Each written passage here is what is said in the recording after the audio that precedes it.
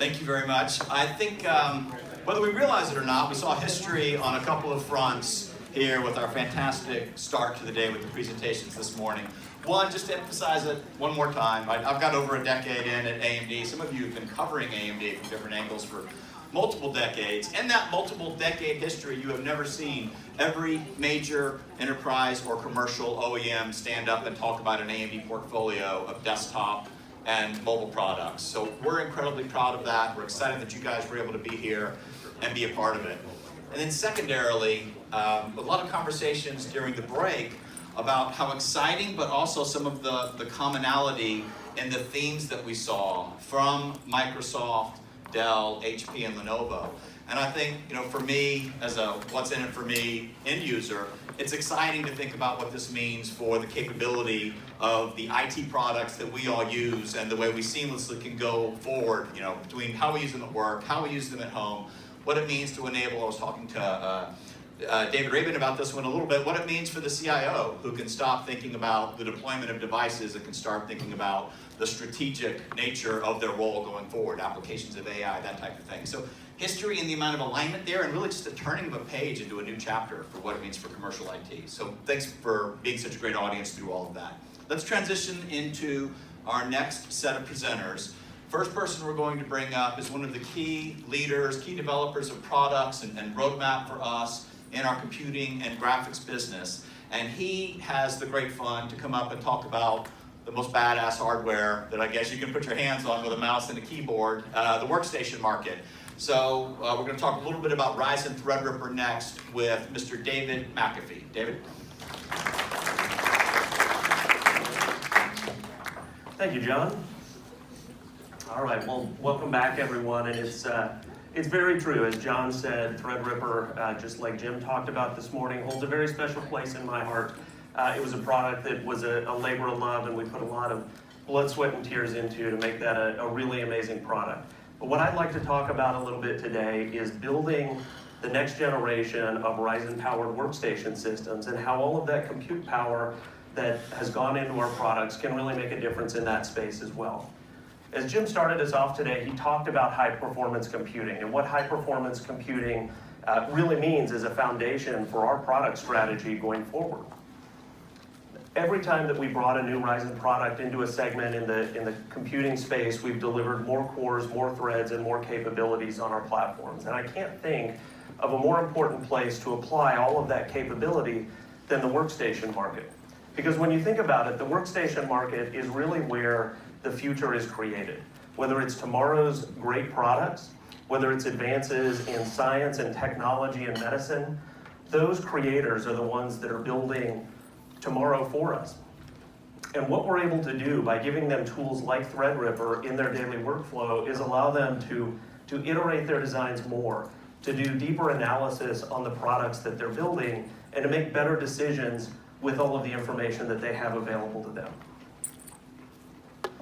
Going deeper into the workstation market for us focuses on a couple of key verticals. These are areas where all of the cores and all of the threads that we have at our disposal play incredibly well into these different workloads. Starting with product design and manufacturing. That's CAD and CAM. That's visualization of these new designs and new products and new worlds using either standard two-dimensional screens or immersive AR and VR experiences as a part of that development process. Media and entertainment is an incredibly important area for us as we look at the future of these high core count products. Creating 3D models and characters and world, rigging and animating them, building those into immersive digital experiences for end users and consumers to enjoy is a really enormous focus area for us as we move into the workstation market. And then software and sciences. This is where things like finite element analysis and scientific and technical analysis of new capabilities and new medicines and data analysis come into play as one of our other three key verticals. So as we look at the product portfolio that we have to attack the workstation market, there really are two primary tools that we have in our arsenal. Starting with the Ryzen Pro desktop processors, a really incredible premium desk side experience with up to 8 cores of processing power 2 channels of memory, and 16 to 24 lanes of PCIe Gen 3 connectivity on the platform. This is a great product for those things like 3D modeling, like design, like delivering those virtual reality experiences on our platforms. And then Ryzen Threadripper. As Jim talked about earlier, this is an area where we've really taken all of the limits off of the platform, delivering high frequency and high core count on the system, going up to 16 cores and 32 threads, doubling the memory capability in the system, 64 lanes of PCIe Gen 3 connectivity. This is really what opens the door for those very advanced workloads. And as Jim talked about this morning as well, the second generation of Threadripper is going to plug right into that space in the market and allow us to extend even further into some of those next generation designs and capabilities and workloads that we want to create for tomorrow. The reaction that we've gotten when we introduced the Threadripper products to the market from this workstation class of users has been overwhelming.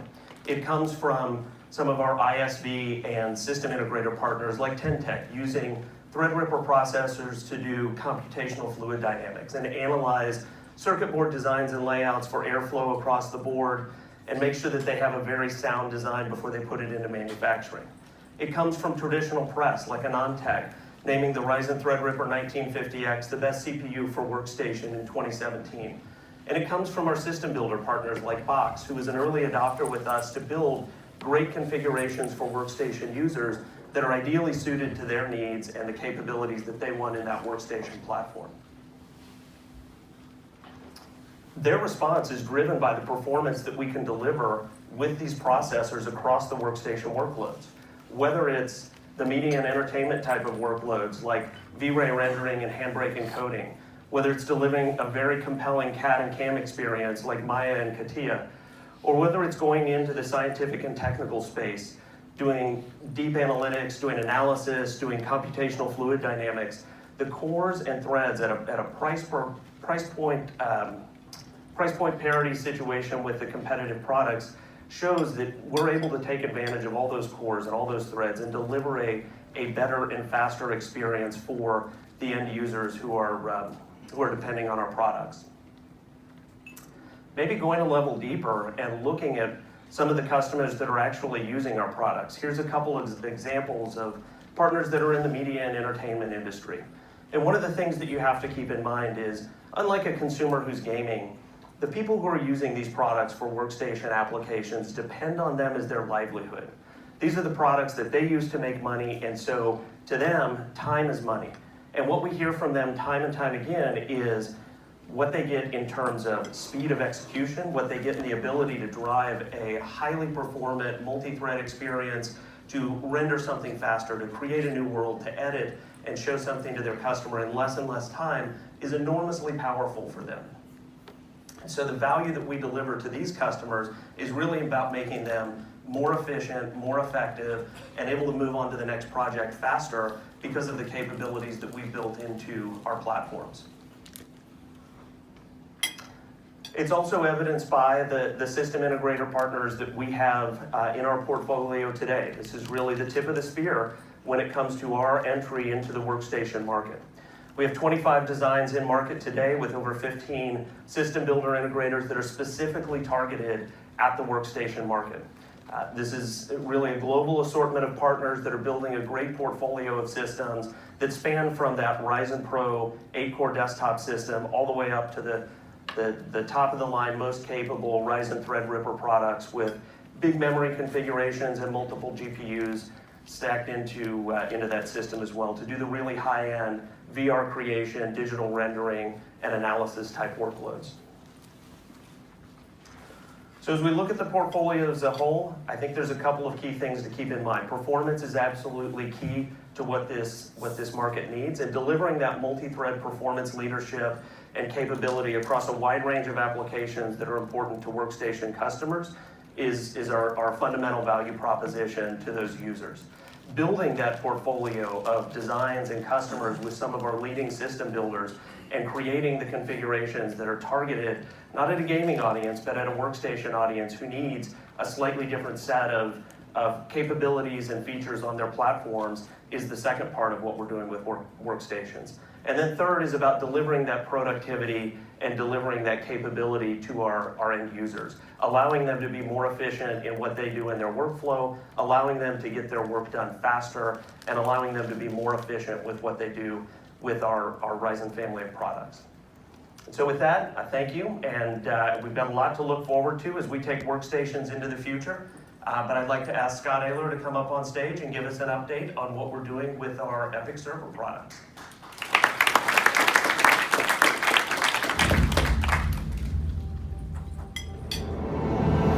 Remember when the earth was flat,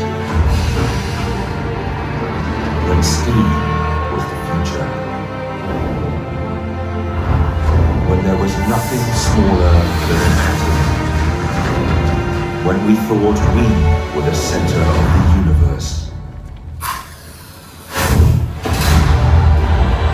As science and technology evolve, so does our thinking. And as our thinking evolves, so does our technology.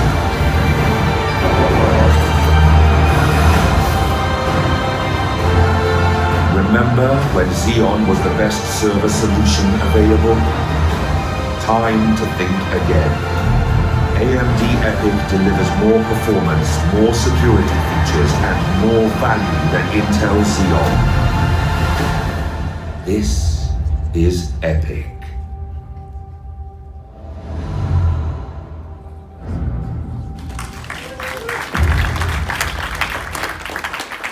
All right. Well, good morning. Good morning. It's a great introduction. We'll talk more about This is EPYC and the campaign that we're on moving forward a little bit later. But again, for those of you that I haven't had a chance to meet, I know I've met a lot of you. My name is Scott Ayler. I'm Corporate Vice President and General Manager of the Data Center and Embedded Businesses at AMD. And I first want to start off by saying I promise I will not throw any servers. I will not drop any servers. I will not stand on any servers during my presentation. That was really fantastic. So anyway, what we wanted to do is give you a bit of a preview, a bit of a sneak peek of some of the different things that are happening, a bit of a surprise bonus coverage as it relates to things that are going on with EPYC, and how we think about that really kind of providing new market opportunities for us and for partners in the back half of this year.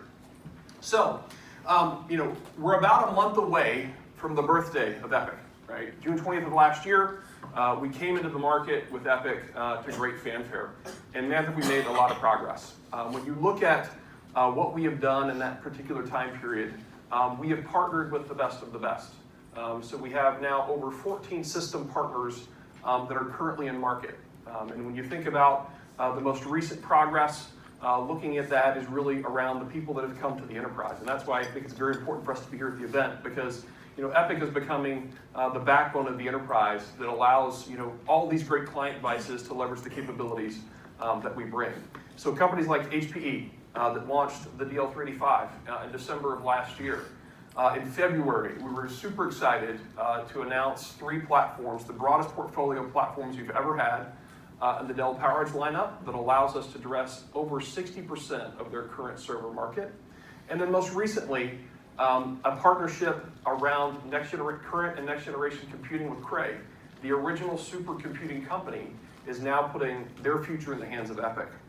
Looking at where we are, we have over 50 different server platforms in market today across a variety of racks, half width of different form factors, different paths to market. So we've really made a lot of good progress there as well. And then it's not enough to have the system partners, but it's also about the ecosystem. How do we think about the progress that we've made from an ecosystem perspective? Thinking back, we had partners like Mellanox, like Xilinx, like Samsung on stage with us at launch. We've now started to really expand that hardware and software ecosystem with more and more peripheral options, more and more memory options, more and more acceleration and networking options that are certified on AMD EPYC platforms today. But we're not finished. So we wanted to also start to tell stories and share with you how EPYC is really starting to make a difference in the cloud, in the enterprise, and in the scientific community in a way that we expected would happen, but we can now kind of put a real pencil and paper to it. So High Velocity, an up-and-coming cloud company that actually does dedicated hosting, actually does infrastructure as a service, as well as dedicated cloud environments. And so they came to us and said, listen, we hear this EPYC thing is fantastic. We have clients that need greater performance, greater storage density, and really partnered, in this case, with Tie-In, which was one of the early adopters of EPYC, around their single socket 24 NVMe drive solution. And they really have now stood up their service, available to a global customer base beyond North America, looking at what EPYC is able to do for them. And the feedback that we're getting is really, really very strong. When you look at what they're able to offer their customers, they, through the innovation and partnership that we have, their cloud-based offering, as well as the partnership that we have with Tie-In from a single socket perspective, are really driving kind of very substantial benefits and improvements. So in their kind of best customer example that they were able to share with us, our single, and again, this is a single socket implementation that only we can do, our single socket processor delivers over 6 times the read-write performance of what it takes 2 Xeons to do. And so they are ramping. Their customers are excited. They are buying more systems and servers because 6x performance improvement over and above what the best from our competitor can do is clearly compelling. The other thing that we wanted to talk about is beyond cloud, and kind of even within cloud, is really around virtualization. So we talked about when we launched last year that cloud would be a very big focus for us. And you've seen from Azure, from Baidu, from Tencent, their deployments and their plans to deploy even further. But the enterprise, which is what this event is about, is a very important part of the computing ecosystem. And so looking at the DL385, which historically has been the highest volume AMD server in the market, is now deployed and ramping in high volume. And when you look at what, through the experiences that HPE's customers are finding, our combination of leadership core density, leadership memory bandwidth, and disruptive levels of I/O and unique security technologies, we offer kind of a very disruptive level of TCO savings versus the very best that Skylake has to offer. So in this particular case, which is built around DL385 case study from HPE, we're able to deliver over 28% TCO savings in a virtualized environment. So we're starting to see the proof points and the fruits of what EPYC can be paid off in the market. I also wanted to talk a little bit about kind of moving beyond those examples of cloud and moving beyond that example of virtualization. What are some of the things that we're doing as it relates to EPYC? We now are deploying, we now have real data, we now have kind of the experience of the customers to look at. So we've talked about virtualization and cloud. Looking at things like in-memory analytics, right? So the ability with Apache Spark implementation to do in 3 servers with EPYC what it takes 4 Xeons to do, okay? Looking at NoSQL databases like Cassandra, where we have 50% more throughput than the best that the competitor has to offer. When David was talking about all the advances that were going on with Threadripper and things in the scientific computing community around computational fluid dynamics, around weather modeling, around finite element analysis, those are all things that are virtues that Workstation users have with Threadripper. But as we deploy EPYC into the on-prem, hybrid, and public clouds, we're seeing tremendous results in a very similar fashion to what you would expect with Threadripper. So weather modeling, over 77% more performance than the competitor. Supercomputing applications as it relates to flop density. Computational fluid dynamics, one of the leading software packages. We have a very close partnership with Ansys Fluent that is delivering just, again, tremendous results over and above the very best that Skylake has to offer. So around those workloads that we talked about at June 20th, we now have data, we now have customers, we now have experiences about how EPYC is really kind of changing their computing environment. But I wanted to kind of talk about next and kind of what we're doing next and a little bit about how we're partnering with leaders in the industry to really take and drive even further level of disruption and further level of innovation. So our next topic is really how do we think about what we're going to do from a hyper-converged perspective? And the analogy that we have here is, the idea is we've always had this history, 2 heads are better than 1. Well, we're not sure that's really the case if one of those heads is EPYC. So I'd like to invite on stage with me Lee Caswell, who's VP of Products for Storage and Availability from VMware. Lee? Thank you, Scott. Yes, great to have you here. Great to have you here. So listen, I wanted to just kind of opening up. I think you have a pretty diverse audience. You know, there's folks here that have kind of a very client-oriented background, some folks that have an infrastructure-oriented background. Can you talk a little bit about what is hyper-converged to start with, and then we can evolve into how do we think about your number one position in that market? Yeah, you bet. And want to thank you so much for being here. This is a great partnership opportunity. So at VMware, I run what's called the storage products, which the leader right now it's the vSAN product is now partnering hyper-converged. And so if you start thinking for a minute, right, the initial magic of VMware was consolidating physical servers. If you remember that, right? And we consolidated based on the power of fast CPUs, lots of RAM, right, and low latency interconnects. What's changing now is with new technologies, including EPYC, we've got the opportunity now to consolidate even more. And we're reimagining the magic of VMware by now consolidating storage into the server footprint. And what we're encouraging customers to do is use a server refresh as a storage refresh. Think about it for a minute. I've got all of these new core count, right? And the interesting part about this design architecture that's unique, right? Not just a little different, right? But a lot different is increasing core counts and the number of PCI lanes means we can have more NVMe devices, more storage-rich nodes, for example. So it really flexes the opportunity for hyper-converged, now the fastest growing market in all of IT. And again, I think we're very excited about partnering as vSAN is number one in the market from a hyper-converged perspective. So partnering with the leader in the market is fantastic opportunity for us. The other thing that we talked about, Lee, is a little bit how do you think about kind of from a customer perspective? So from an IT provisioner, an IT user, sure. How do you think about what hyper-converged means to them? Yeah. So what we're finding, right, is that the hyperconvergence is not about us, right? Hyperconvergence is about our customers. It's converging the teams. What was an individual storage team and now a compute team separate is now being consolidated together. And what that does is it gives you speed. Now, it also means you've got the flexibility of server economics applied to storage, right? If you look, there's 100 times more people who know servers, Ethernet, and VMware than who know fiber channel, LUN zoning, and masking. And so the opportunity to tap into this incredible base means that customers are now able to just move more quickly at the pace of business. So if they need to go and change an application-based infrastructure, they can do it with a single click and a single, basically, UI, right? And that's based on the power of the VMware infrastructure matched up with terrific new hardware. And I think, again, thinking about it from, it's always great to see kind of how our technology kind of enables, your products right. and then users. And I think kind of the key thing is how do we think about kind of scalability, manageability, and the ability to deploy that in a way that is much more bespoke, much more simple, much easier to use. Now, to take kind of that concept of HCI, your leadership market position, sure. From a vSAN perspective, and then now translate that into an instantiation with one of our leading partners in the market, really with Dell. And again, Dell PowerEdge 7415. We have one of those servers here. We also have its little brother, the 6415. That will be in the demo area for you to see as well.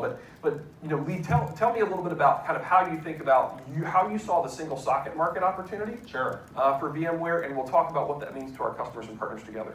Well, I'd have to say the very first response was we took a little pause for a minute thinking, wow, more core counts, single socket, like that might have an impact to us, right? Yeah, you might end up making less money because you're now putting so much capability into a node. It crossed our mind, right? And so on the other hand, the response was, hey, this is exactly what we do for customers. We bring more value, and then what we allow customers to do is move from just a virtualization market, right? VMware today has 500,000 customers. And we had announced recently 10,000 vSAN customers.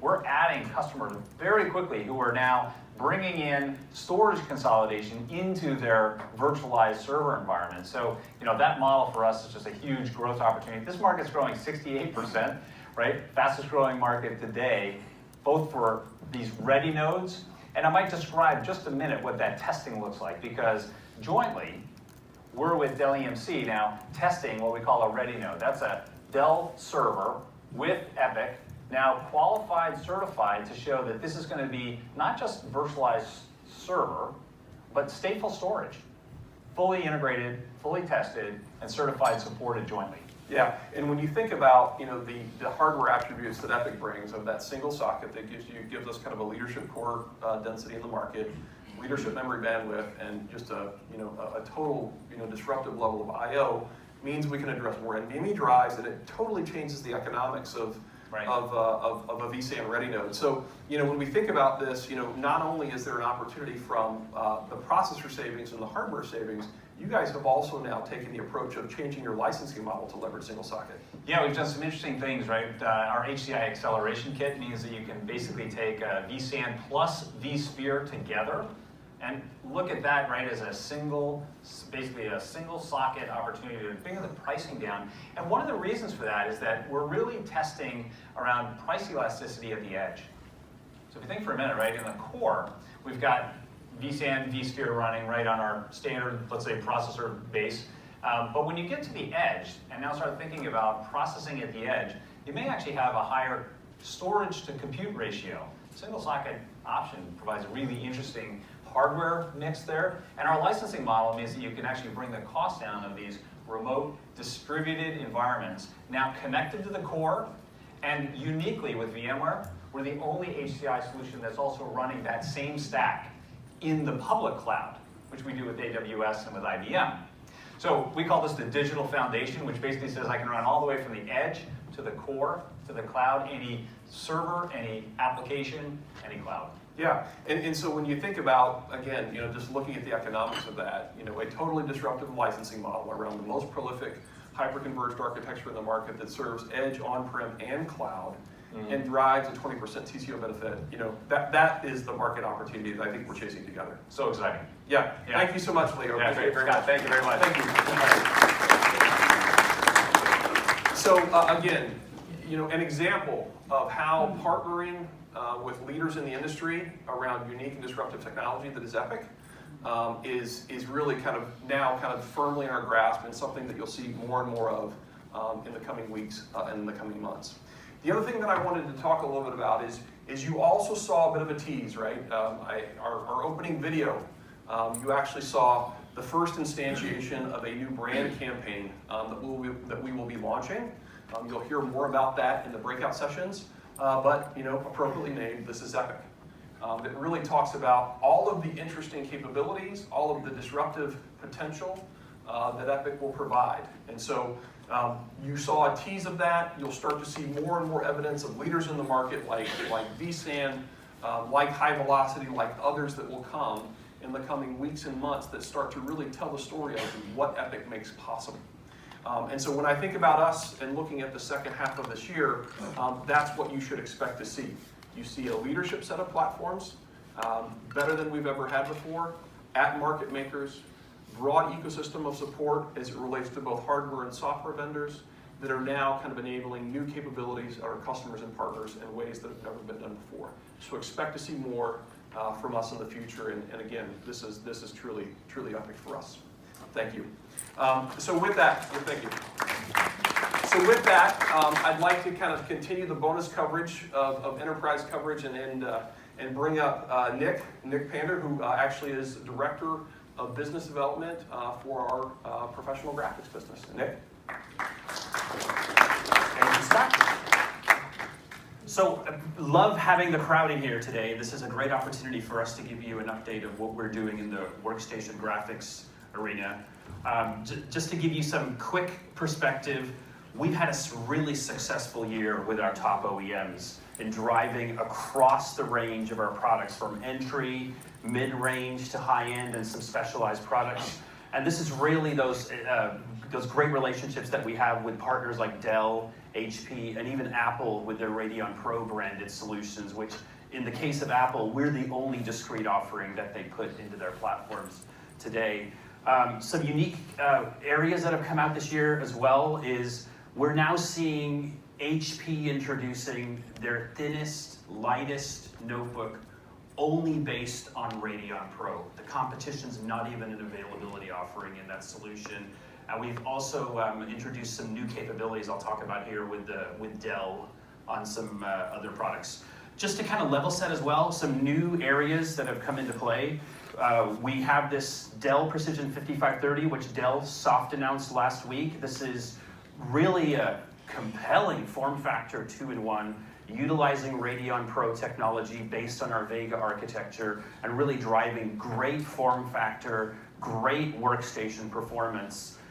We talked about before if you guys have been at events with us before, this Radeon Pro SSG. This is really a GPU paired with 2 terabytes of NVMe to go after a really compelling form factor in certain market segments. And then, interestingly enough, we're starting to see this take up on external graphics boxes. So we partnered with a company called Sonnet, which is actually doing the reference architecture for external GPU with Apple, and is also supporting other platforms from Dell and other vendors. This is really a compelling uplift for adding graphics performance to an existing system. And I'll talk about that in a moment as well.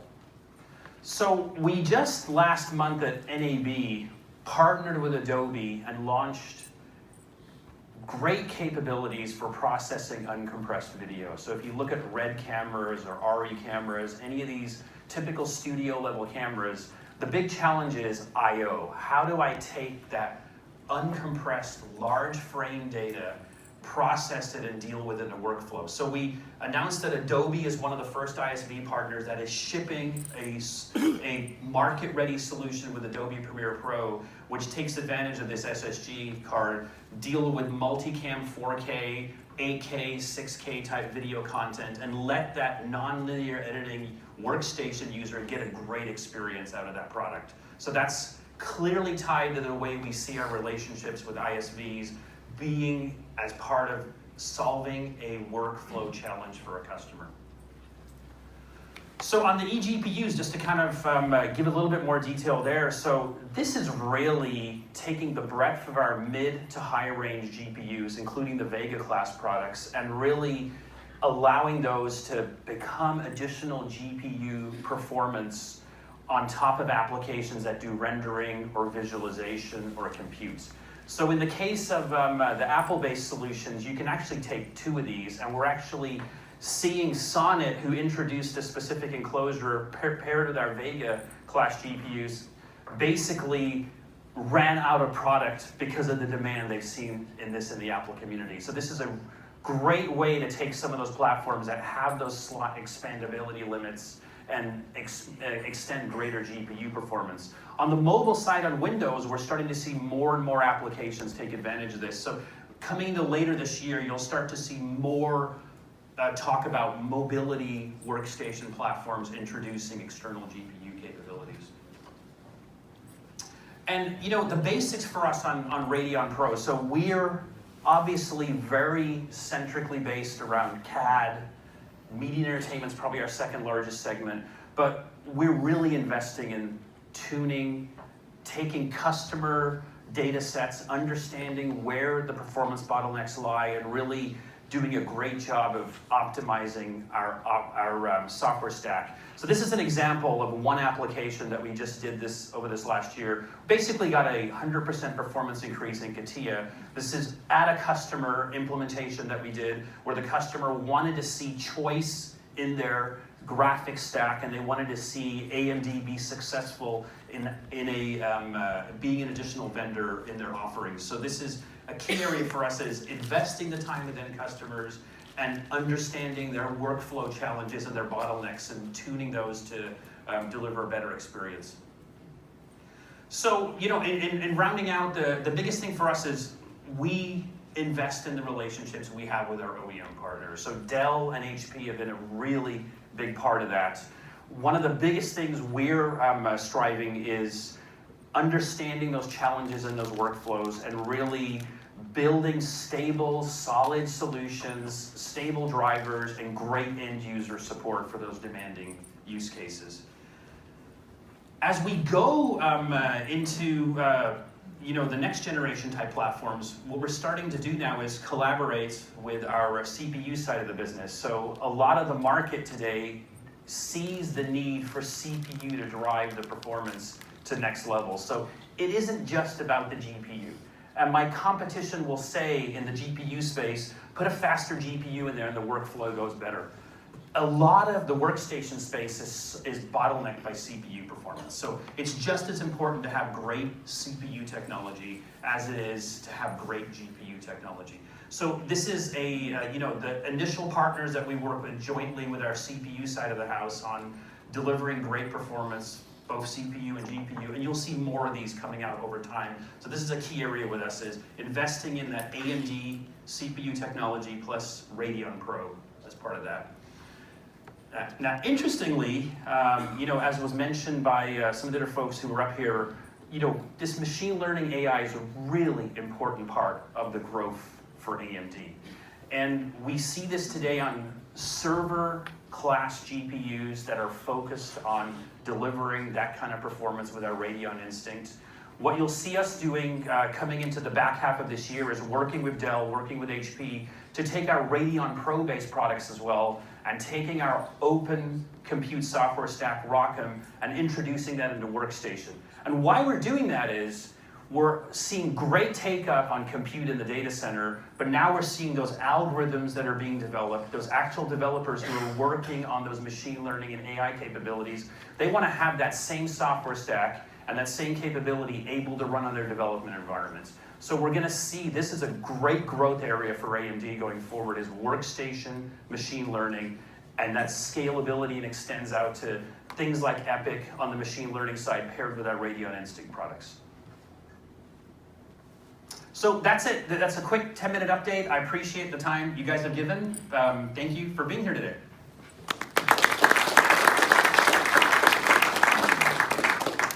All right, thanks, Nick. Okay, I am absolutely aware that I am the last thing between you and lunch, and I know you all want to go get those selfie pictures with the Jerry Sanders statue in the entry, so don't be embarrassed. I know you want to do that. All right, so I'm going to do a quick wrap-up of what you saw today. So first of all, in client, so Kevin gave us a great update on client on Ryzen Pro and the level of performance that it's bringing to thin and light notebook systems with that combined Zen and Vega core into a single SoC. But honestly, I thought the best part was hearing directly from our OEM customers. I thought our OEM customers did just an outstanding job. So I want to say thank you to them one more time, and also thank you to our partners, Microsoft and VMware, for being here today. How about a round of applause for our OEM? And then David gave us a quick update on the progress we're making on workstations with both Ryzen Pro and Ryzen Threadripper workstations. Actually, over 25 workstations now in market based on Ryzen. Nick just gave us an update on Pro Graphics, both for workstation applications, but you also see what we're doing in the data center with machine learning, machine intelligence, in artificial intelligence in the data center. And then finally, Scott gave us an update on the great level of performance and capability that we're bringing with EPYC to 1-socket and 2-socket servers. Just an amazing level of not just cores and threads, but the amount of memory capacity, the amount of I/O capacity. You heard from VMware what you can do with that, the new things that we can do with that. So, but it's not just about the products that we brought out last year or this year. The last thought I want to leave you with is the roadmap. We are absolutely dedicated to high-performance computing at AMD. I said that at the very beginning, but not just for one generation or 2 generations, but for many, many generations to come. We are absolutely dedicated to a very fast beat rate of new innovation, new technology that we're bringing out to the market for both CPU and graphics technology moving forward. And just to give you a little bit of an update on the CPU roadmap, again, we have a very aggressive roadmap in front of us. Frankly, we're executing very well on this roadmap. So we brought out Zen on 14 nanometer last year. We brought that out for 3 different product lines, for server, for desktop, for notebook, all products that we had committed to bring out last year. We did that on schedule. This year, bringing Zen Plus on 12 nanometer technology node. We committed to bring that out to the first half of this year. Again, executed on schedule. We brought the first versions just out this past month. In April, we'll bring additional versions of our Zen Plus 12 nanometer out through the rest of this year. And then very happy to say that the Zen 2 core, our next big microarchitecture core upgrade, is absolutely on track. The design is complete. It's a design for 7 nanometer technology node. We're very pleased with it. Pleased with the execution on this and expecting to see and deliver samples to our customers before the end of the year of this product. And then we have separate design teams, leapfrogging design teams for our core architectures. And so the Zen 3 team has been actively working on Zen 3 as Zen 2 has been getting developed. They're making great progress as well. That'll be another microarchitectural leap forward above Zen 2, more IPC improvement with Zen 3, targeted for a 7 nanometer plus technology node, and that is progressing well as well. And so all of these cores coming out very soon. We'll build products around that. And by the way, the architects are working on the generations beyond this as well. And it's not just the CPU architecture, but GPU as well.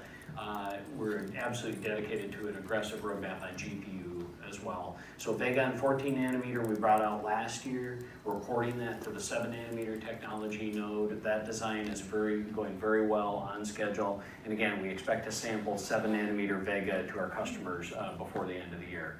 Next big architectural upgrade is the Navi generation. So this is a big improvement on Vega, again targeted at 7 nanometer.